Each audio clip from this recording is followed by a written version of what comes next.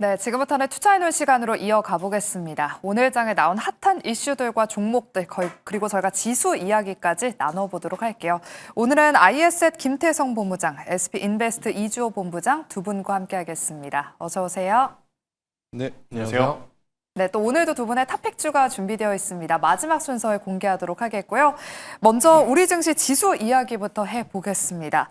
장 초반만 하더라도 2% 넘게 급락하면서 출발했던 우리 국내 증시가 저희가 생쇼가 시작할 때만 하더라도 기관의 반발 매수세까지 더해지면서 빨간불로 상승 전환에 성공하기도 했습니다. 하지만 현재는 또 한 번 외국인의 매도 폭탄이 지금 다시금 낙폭을 키우고 있는데요. 코스피, 코스닥 양대지수 모두 한 0.5%대 하락세를 보이고 있습니다. 김태성 본부장님. 네. 장중에도 이렇게 변동성이 높은 모습을 보이고 있습니다. 지금 시장 분위기 한번 짚어주시고요. 또 오후장에도 또 한 번의 추가 조정이 있을 수 있을지 아니면 좀 어느 정도의 매도 폭탄은 좀 다 나온 건지 어떻게 보실까요? 일단 짧은 시간 안에 여러분들에게 굉장히 쉽게 좀 설명하기가 어려운 부분들이 많지만 그래도 한번 좀 이야기를 드려보면 지금 시장에서 우리가 수급 이야기를 할 때 현물 시장보다는 이 파생 시장에서의 흐름들이 굉장히 중요합니다. 특히나 옵션 시장에서 외국인들이 어떤 포지션을 구축을 했는지를 좀 보셔야 될 것 같은데 지금 외국인들 같은 경우에는 콜옵션 매도 포지션을 지금 구축을 해놨습니다. 그러니까 일정 부분 지수가 올라올 때마다 외국인들이 그걸 눌러주는 모습들이 나타나는 이유이기도 하고 있고 콜옵션 매도를 하고 있음과 동시에 풋옵션 매수를 하고 있습니다. 제가 지금 이야기 드리는 매수와 매도라는 단어가 굉장히 헷갈리실 것 같아요. 우리가 주식을 사고 팔 때는 매수한다, 매도한다가 뭐죠? 주식을 사고 주식을 판다라는 의미죠. 그런데 파생 시장에서 매수와 매도는 사실 방향성을 의미합니다. 매수라는 건 상승한다의 베팅, 매도라는 것은 하락한다의 베팅. 그리고 이제 파생 시장에서는 진입과 청산으로 사고 파는 것을 이야기를 하다 보니 약간의 좀 괴리감이 있어서 이해하기가 좀 어려우실 것 같은데 그냥 외우시면 될 것 같아요. 지금 외국인들이 옵션 시장에서 상방을 조금 막아놓고 어느 정도 올라오게 되면 그들이 원하는 가격대에서 이제 매도를 하려고 하는구나 이렇게 좀 이해를 하시면 될 것 같은데 이 흐름은 이번 주 내내 좀 지속될 가능성이 높다고 보여집니다. 왜냐 내일 이제 우리는 두 가지의 큰 변동성을 봅니다. 일단 첫 번째로는 엔비디아 실적이라는 것 그리고 두 번째로는 그날 저녁에 또 처음으로 셧다운 이후에 지표를 보게 되는 날이다 보니 아무래도 이제 파생 시장에서의 수급 흐름 때문에 위아래 변동성의 폭이 조금은 커진 상태가 이어질 가능성이 높다라는 의견 드려보도록 하겠습니다. 네, 당분간은 이런 단기적인 변동성이 좀 높을 수 있다라고 짚어주셨습니다. 반도체 탑2의 변곡점이 될 만한 엔비디아 실적 발표를 또 짚어주셨는데요. 이주호 본부장님. 삼성전자와 SK하이닉스의 방향성이 결정이 될 것 같습니다. 그렇다면 지금은 반도체 종목들 좀 관망을 해야 될지 저희가 잠시 후에 자료로 좀 관전 포인트를 정리를 해서 띄워드릴 텐데 일단 루빈의 내년 출하량 전망이 중요하고요. 데이터 센터의 매출 그리고 여기에다가 중국 규제에 따른 그 영향을 어떻게 좀 해결할 것인지 이 세 가지 관전 포인트가 짚히고 있습니다. 지금은 반도체 탑2 좀 적극적으로 담는 건 자제해야 될까요? 네, 지금 뭐 공격적으로 비중을 늘리거나 매수하기보다도 조금 한 발 물러서서 계시는 게 좋을 것 같아요. 왜냐면 엔비디아 실적이 잘 나오는 것만으로 지금 해결될 게 아닌 게 지금 금리 인하 기대감도 많이 줄어들었습니다. 오히려 지금 금리 동결에 대한 가능성 얘기가 나오고 있는데 역시나 지금 어떻게 보면은 AI에 투자를 기업들이 계속 하고 있고 회사채를 발행하면서까지 하고 있는데 이제 문제는 금리가 여기서 더 빠른 속도로 줄어들지 않는다고 하면 기업의 내년에게는 또 부담이 될 수밖에 없는 상황입니다. 그렇기 때문에 여러 가지 상황으로 그러면은 엔비디아의 칩을 구매한 기업들은 돈을 언제 버냐 뭐 이런 얘기들도 나오고 있고요.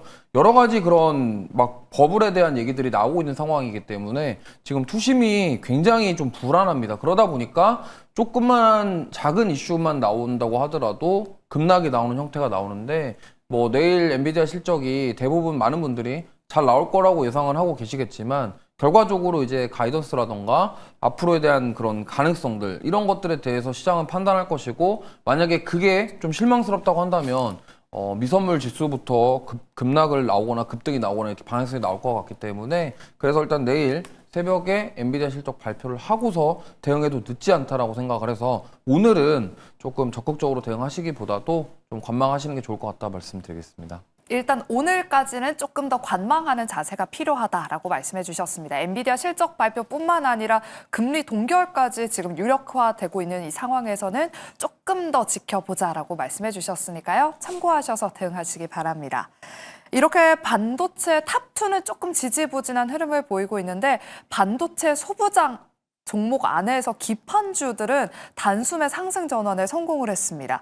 지금도 이수페타시스, TLB, 심텍 같은 종목들이 강한 빨간불을 켜내고 있는데요. 최근에 기판주들 흐름이 굉장히 좋은데 2027년까지 기판이 완판됐다라는 그런 소식이 들려오고 있습니다. 김태성 본부장님. 네. 요즘 전문가분들이 시장이 빠질 때는 가장 강한 종목들을 사야 된다라고 말씀을 하시더라고요. 그럼 기판주는 지금이라도 매수를 해야 되는 건지 반도체 탑2는 좀 관망을 한다면 기판은 지금 덤벼보는 전략 유효할까요? 근데 사실 해당 산업 구조를 다 아시는 분들은 이해가 되실 테지만 기판만 갈 수는 없습니다. 네, 기판이 간다면 당연히 그 기판을 생산해야 되는 소재 장비부터 또 기판 앞뒤로 진행되는 공정에 따라서 이 부품사들까지 다 움직여야 되는 게 맞다고 좀 보여지는데 결국 이제 투심 자체는 엔비디아의 향후의 이제 미래지향적인 기술 그리고 이제 이것을 우리나라에서 뭔가 보완을 하거나 개선을 한다면 기판의 중요도가 올라갈 수밖에 없지 않겠는가가 가장 중요한 투심의 포인트일 것 같습니다. 그리고 이제 발열에 대한 부분들이 아직까지도 완벽하게 해결되지 않았죠. 지금 엔비디아가 실적 발표함과 동시에 우리가 컨퍼런스 콜에서 여러 가지를 좀 보겠지만 결국 이제 더 중요한 건 뭐냐면 단가적인 부분일 것 같고 여기에 이제 수율을 올리려면 기판에 대한 업그레이드가 좀 필요한 상황이라고 좀 보여집니다.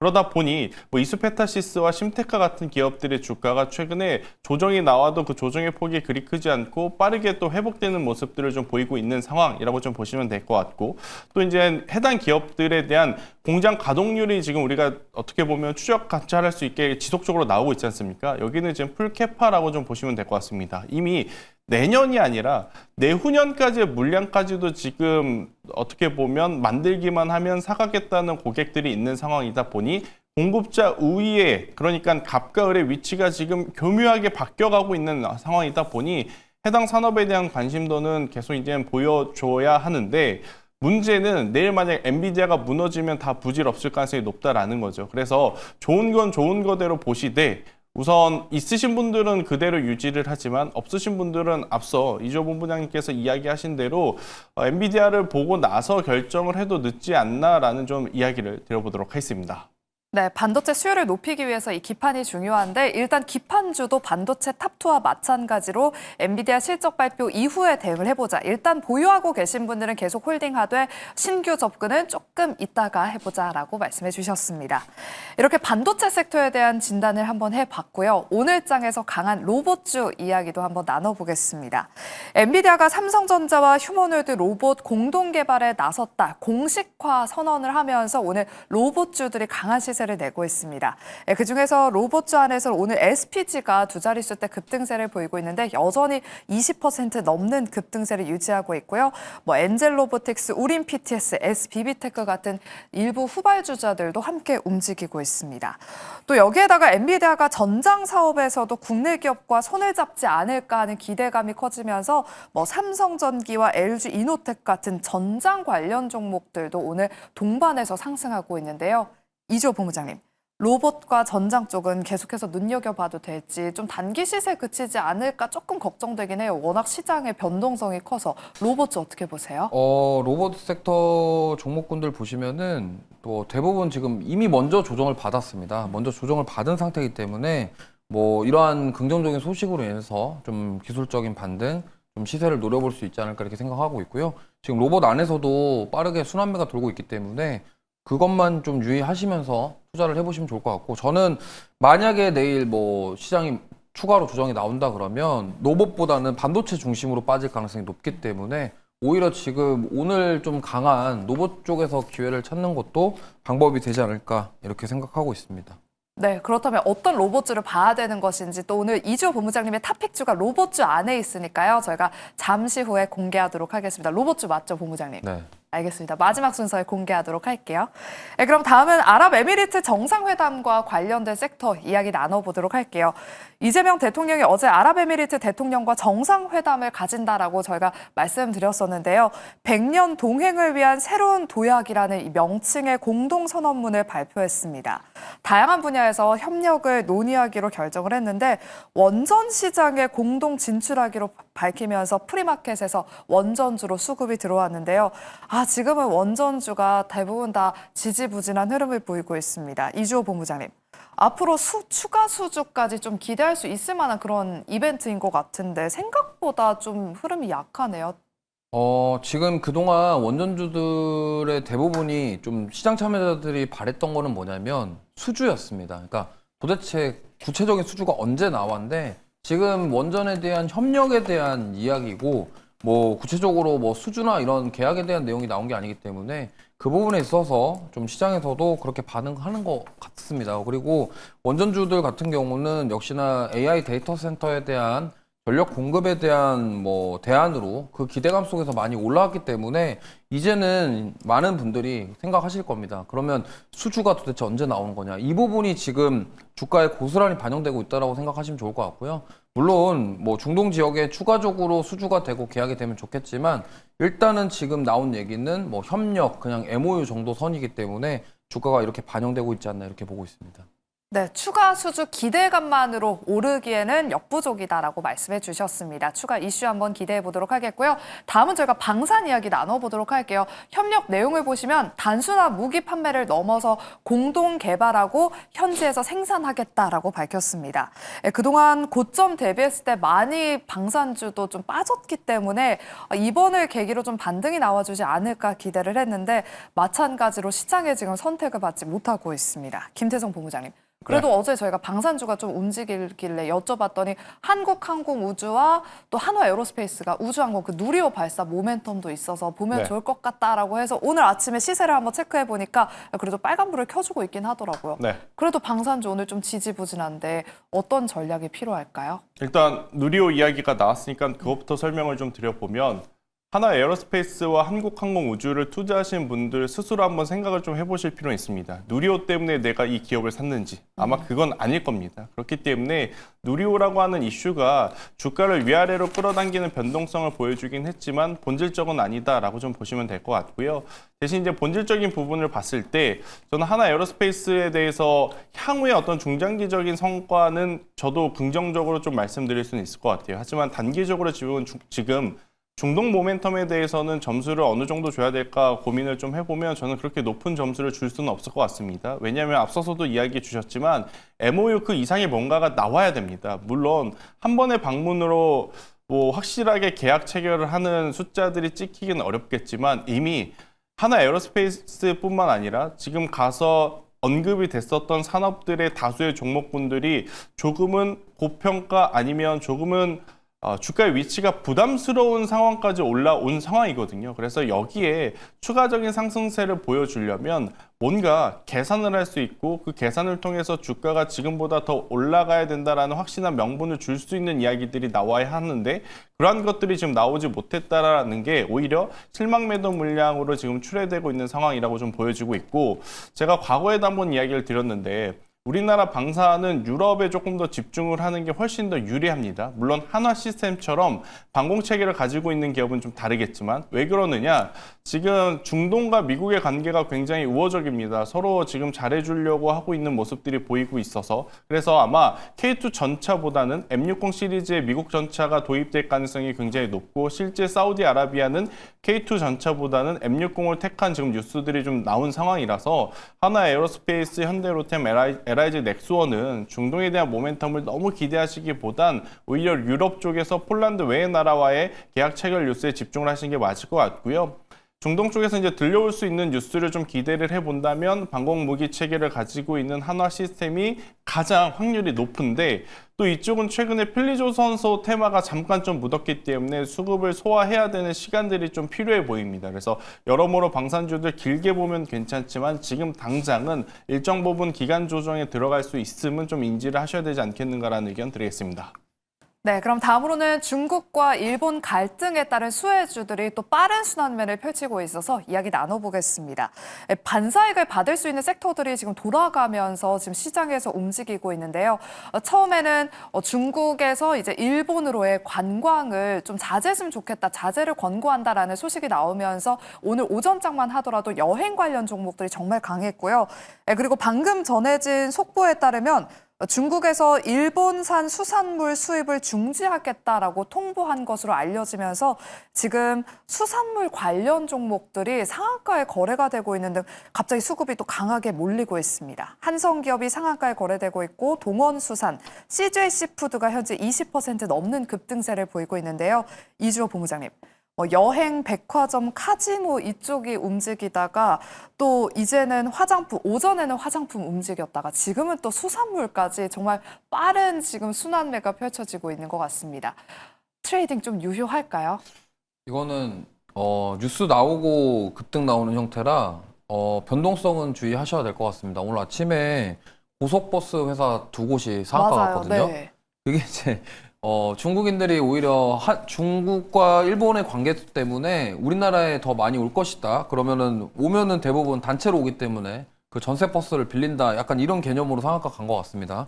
그래서 지금 이 안에서 계속 지금 뭐 여행, 카지노 이렇게 돌아가면서 순환매가 돌고 있는데 이게 지금 어떻게 보면은 대외적인 이슈 때문에 지금 움직이는 거라서 뉴스에 굉장히 민감하게 반응할 수밖에 없는 상황입니다. 그렇기 때문에 수급이 빠르게 이동할 수 있기 때문에 이 부분은 꼭 체크하시면서 이거는 좀 단기적으로 대응하시는 게 좋을 것 같습니다. 왜냐면 변동성도 크고 갑자기 이러다가 급 화해 모드로 전환이 되면은 올랐던 부분들이 또 빠르게 반납될 수 있기 때문에 이런 부분들만 주의하시면서 저는 좀 끌고 가시기보다도 좀 트레이딩 관점으로 접근하시는 게 좋을 것 같고 만약에 이게 좀 장기화 될 것 같다라고 판단이 되신다 그러면 좀 순환매 관점에서 좀 안간 종목군들 중심으로 후속주를 찾아보시는 투자가 오히려 더 괜찮을 것 같다라는 말씀 드리겠습니다. 네, 이미 뉴스가 나오고 나서 지금 급등하고 있는 거기 때문에 추격 매수는 자제하자라고 말씀해 주셨고요. 또 언제 갑자기 분위기가 또 화해 모드로 들어갈지 모르는 거기 때문에 일단은 조금 더 관망하자라고 말씀해 주셨습니다. 만약에 트레이딩을 하고 싶다 하신다면 아직 덜 오른 쪽을 공략하는 게 낫겠다라고 말씀해 주셨습니다. 네, 그리고 오늘 게임 주안에서 NC소프트의 주가가 급락하고 있어서 어떤 전략이 필요한지 한번 진단해 보도록 할게요.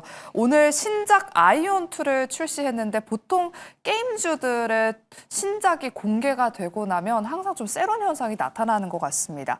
그래도 NC소프트의 낙폭이 생각보다 깊어서 지금이라도 손절해야 될까 고민이 되실 것 같은데요. 김태성 본부장님. 네. NC소프트 지금 외국인 기관 다 팔고 있고 10% 넘게 급락하면서 19만 원 선까지 지금 내려앉았습니다. 지금 거의 다 뭐 120일선, 60일선 다 깬 것 같은데 어떻게 해야 돼요? 지금이라도 손절해야 돼요? 그러니까 이게 게임 신작이 출시됐다 그래서 세론이라는 핑계를 대기에는 그럼 조이시티는 왜 오르는가 또 이걸 설명하기가 어렵거든요. 그럼 결국엔 신작 발표하기 전에 먼저 올랐는가 아니면 신작 발표 일정이 있음에도 못 올랐는가의 그 차이가 좀 있는 것 같습니다. 조이시티와 지금 NC소프트는 확연하게 지금 추세가 다른 모습을 보이고 있죠. NC소프트 같은 경우에는 전에 좀 먼저 올라왔고 오히려 지금 신작 발표하고 나서 지금 그렇게까지 혹평은 또 아닙니다. 계속 이제 뉴스를 저도 쭉 훑어보니까 그렇게까지 혹평은 아니겠지만 과금에 대한 부분도 부담은 없는 상황이나 어떻게 보면 조금은 이제 주가가 선반영 그 이상의 모습을 보이기에 만족도가 그렇게 높은 상황은 아니다 보니까 좀 실망감을 나타내고 있는 상황. 조이시티 같은 경우에는 혹평도 많이 없는 것 같아요. 그럼에도 불구하고 지금 주가가 상한가에 지금 안착돼서 흘러가고 있는 것을 보고 있노라면 이쪽도 굉장히 변동성이 좀 커진 상황임은 분명하다. 우선 그래도 지난주에 그러니까 수능도 이제 끝났고 많은 분들이 이제는 또 주말 사이에 얼마만큼 게임을 해주는지 여부까지는 좀 확인하셔야 될 것 같아요. 제가 만약에 가지고 있다면 저라면 20에서 30%는 지금 눈물을 머금고 좀 잘랐겠죠. 그런데 만약에 그게 좀 어렵다라고 하면 주말까지는 일단 조금 더 기회를 줘 보시는데 주말에도 여전히 동시 접속자 수에 대한 증감률이 개선되지 않거나 평가에 대해서 호평보다는 혹평이 좀 잇따른다면 다음 주 초에는 저는 리스크 관리를 좀 해야 되지 않겠는가라는 의견을 드려보도록 하겠습니다. 네, 내년에도 신작 출시를 이어간다고 밝혔는데 일단 NC소프트는 리스크를 관리를 좀 해야 될 것 같다라고 말씀해 주셨습니다. 네, 그럼 마지막으로는 정유주 진단 짧게 한번 해보겠습니다. 미국이 대러 제재를 추가할 수 있다라는 보도가 나오면서 최근 국제 유가가 상승하고 있는데요. 이 영향에 SOL 주가가 최근에 하락장에서도 잘 버텨주고 있습니다. 현재도 SOL 5% 가까운 상승세를 보이고 있는데요.